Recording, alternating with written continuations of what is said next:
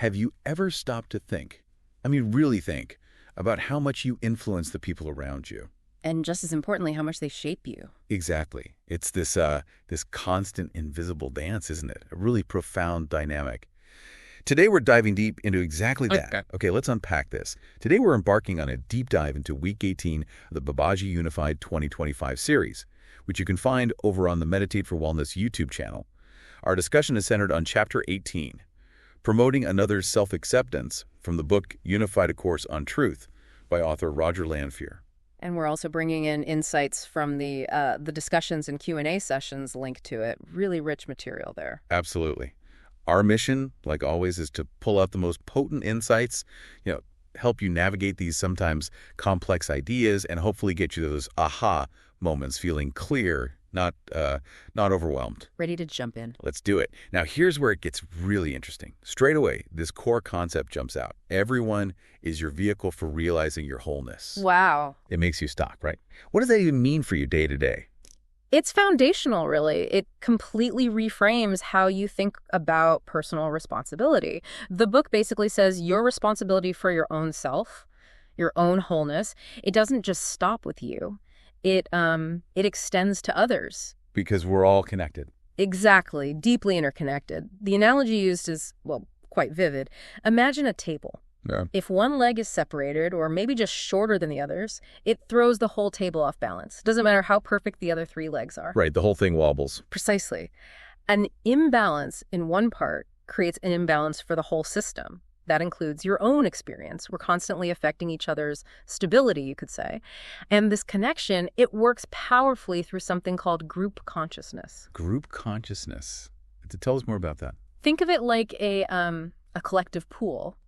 A reservoir of thoughts, beliefs, feelings, shared by a group.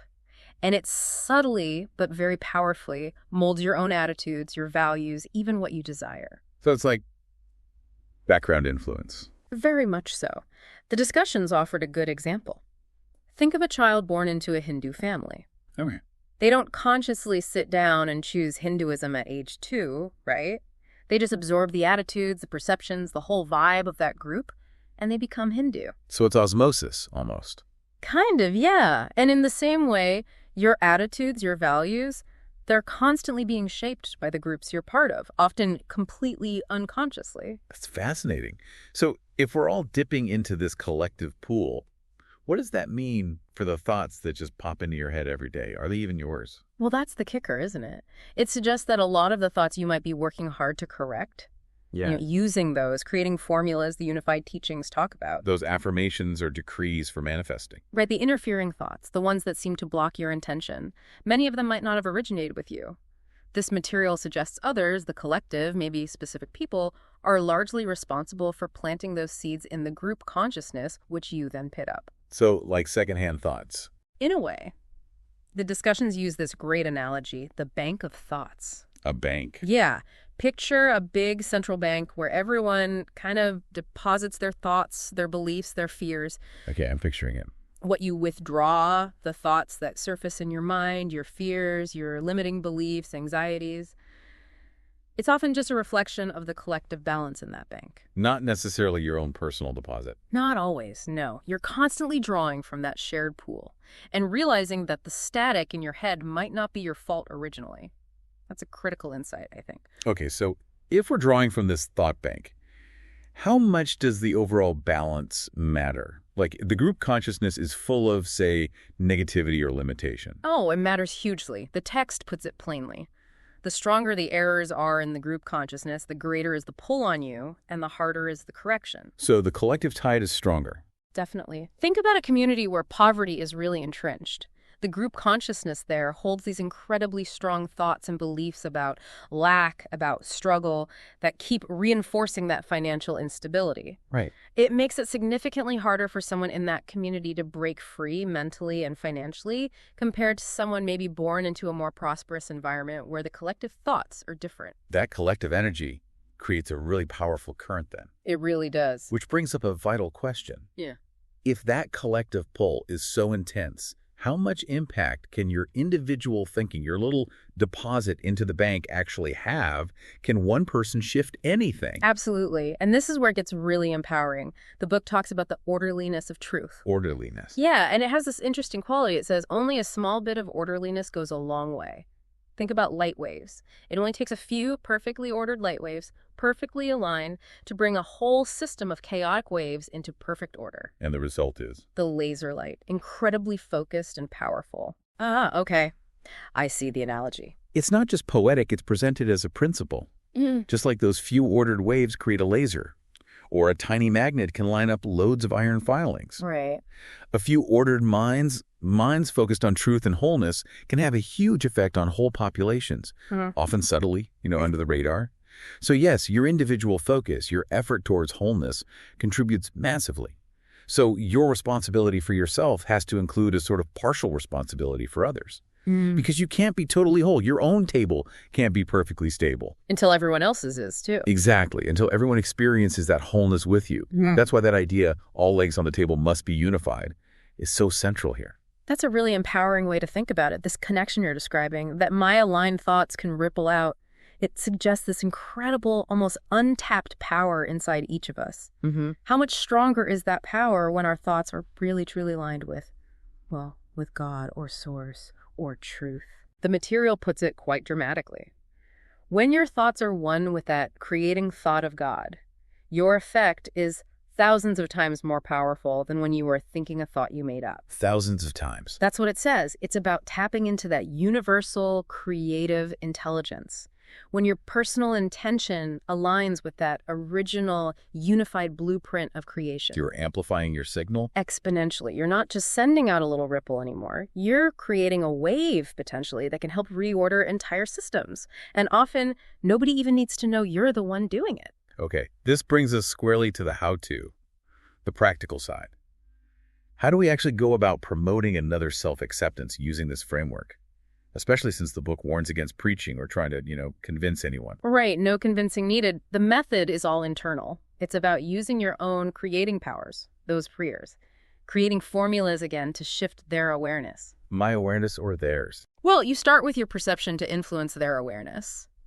The main practice suggested for this week is to do a creating formula for maybe 1 or 2 people close to you. And the formula is simple. You just claim that they have self-acceptance. Full stop. So I just state, person X has self-acceptance. Basically, yes. But crucially, the work isn't really about them doing anything. It's about dealing with what comes up in your mind when you make that claim. The pushback from my own thought. Exactly. Your mind might immediately counter with, but she always criticizes herself. Or, he told me last week he felt worthless. Things like that. Okay. The instruction is clear. You have to address those thoughts of yours, the ones that interfere with your belief in their self-acceptance. How do you address them? It involves acknowledging them, seeing them clearly, and then forgiving them. Releasing your judgment, your perception of their lack. So I'm essentially working on my own beliefs about that person. I'm manifesting for my own experience of seeing them with self-acceptance. That's it, precisely. You're cleaning up your own perception.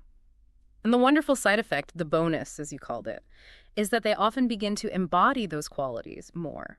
Because my clear perception creates a space for it. Exactly. By aligning your thoughts to see them as whole and self-accepting, you're shifting the vibration, the energy of your reality concerning them. It sends out a clearer signal, if you like, that allows them to tune into their own inherent self-acceptance more easily. You're not forcing them, just opening a door energetically. That's a good way to put it. You're creating the conditions for their true nature to emerge more fully. And this practice ties directly into the idea of free will. It's quite profound. How so? The teaching says no one has free will when they're not unified. Meaning? Meaning when we're operating from fear, worry, loneliness, a sense of lack.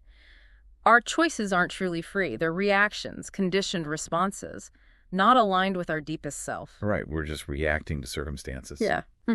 So by promoting their self-acceptance, by seeing them as whole and unified in your own mind, you're actually helping create an environment where they can access their true, unburdened self. So they can make choices from empowerment, not limitation. Exactly. You're helping them access their authentic, divinely aligned free will. Now, there's a really important distinction that came up in the Q&A sessions. It's not explicitly in the book chapter itself, but it's vital. Okay, what's that? If you want to use a creating formula for someone else about other issues like their health or finances or a relationship problem. Beyond just self-acceptance. Yes. For those kinds of things, the advice was you absolutely must get their permission first. Makes sense. And crucially, you also need to check in with your own higher self. Your higher self, that deeper wisdom. Right.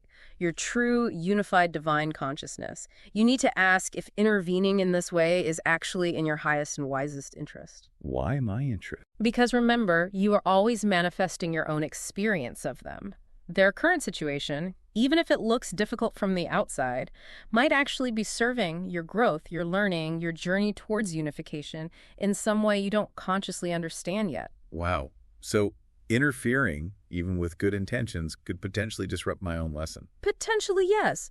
It's about ensuring your actions align with your primary purpose, your own unification, not just trying to fix things externally based on your limited perception. So permission from them and guidance from your higher self. Very important caveats. Got it. That adds another layer of responsibility.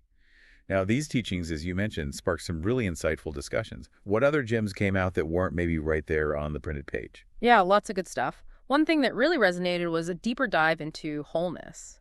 It's not just about acknowledging your good parts. It's about truly accepting oneself with everything the perceived goodness and the badness. Even the bits you see as, deficiencies or your darkness. Embracing the shadows, too. Exactly, because that radical self-acceptance is the key. Once you can embrace your own completeness, including the messy bits, it becomes much easier to accept others in their entirety. And that dissolves separation. It does. It moves you towards oneness. And from that viewpoint, even really difficult relationships, wounded relationships, can be seen differently. As healing opportunities. Profound healing experiences, yeah. They show you exactly where you still need more acceptance within yourself. There was that Kohinoor analogy used too, remember that? Vaguely. Refresh my memory. The idea is everyone is like this priceless diamond the Kohinoor made in God's image, inherently perfect, but it's covered in dirt. Other being. Limited perceptions, false beliefs, conditioning, all that stuff. The spiritual practice isn't about trying to polish the diamond itself. It's already perfect. It's about removing the dirt that obscures its brilliance, your own dirt and your perception of others' dirt. I like that. Removing the layers of grime. Another fascinating point from the talks was about value, how value is attached by us. What do you mean? We'll take diamonds again. Objectively, they're just stones, right? Carbon. They became incredibly valuable only because humans, collectively, decided to attach value to them. Right, it's a shared agreement. Exactly. And we do the same thing with everything. Relationships, money, status, knowledge, we attach value. And these attachments, even when they seem positive, can actually bind us. Yeah, so? They create expectations, dependencies. They limit our inner freedom and peace.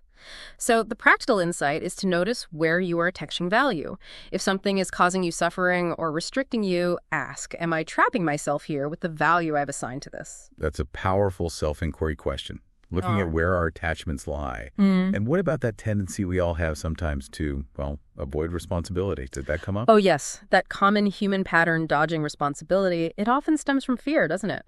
Fear of blame, fear of failure, fear of consequences.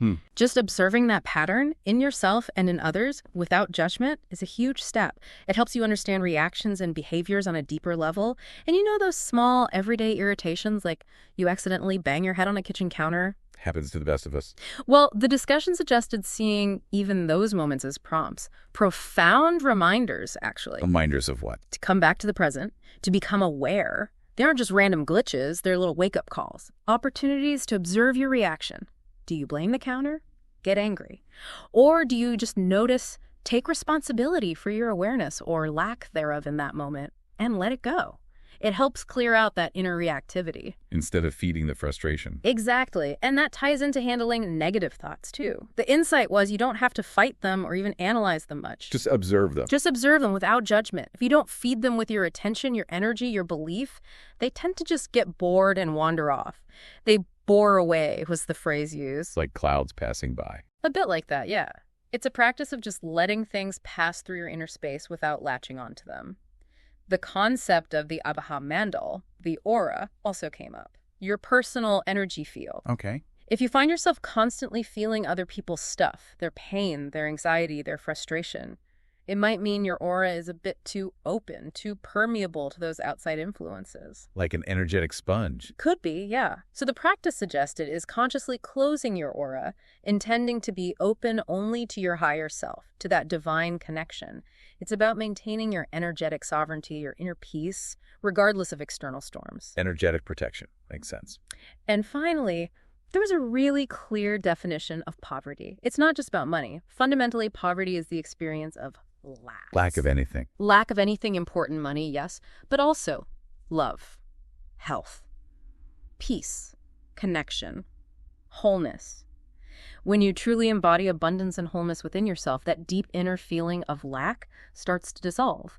The need to constantly seek or demand things from the outside diminishes because you realize you were already full, already complete, connected to Source. So the journey is really about cultivating that inner fullness. At the end of the day, yes. The goal is to become pure love. When your whole being just resonates as love, the discussions suggested, everything else in your experience naturally starts to align with that frequency. And it takes practice. Consistent practice, yes.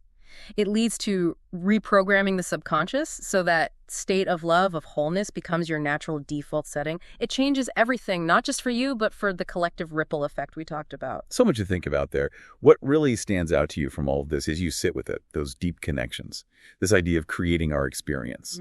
Ultimately, this whole deep dive seems to underscore that each one of us is, in a very real way, the center of our own universe, a creator, constantly influencing and being influenced. And just to reiterate that key practice, promoting another's self-acceptance, it's not really about fixing them. It's profoundly about transforming your own perceptions, your own judgments about them. Cleaning your own lens. Precisely. And by doing that inner work, you help activate their true free will, their connection to their own wholeness. And you contribute to the stability of the whole table for everyone. So as you, our listener, reflect on this journey we've taken today, what does this all mean for your path? We've uncovered just how deeply interconnected we truly are, how your individual thoughts aren't just private musings, they're like powerful waves shaping your reality and the collective consciousness around you. Your inner work has outer ripples, always. Always. So here's a final thought to ponder, something to mull over. If all suffering really stems from a feeling of lack, and if true self-acceptance, accepting all parts of ourselves and others, is the key to unlocking that inner abundance, that wholeness, then what if the most revolutionary act you could perform for the world isn't about grand external actions? What if it begins right here, right now, with the silent, unwavering acceptance of yourself and of others exactly as they are in this moment? A quiet revolution within. Maybe so. We really encourage you to continue exploring these ideas, to try the practices. Know that this deep dive is just scratching the surface, really. It's the beginning of potentially profound personal transformation.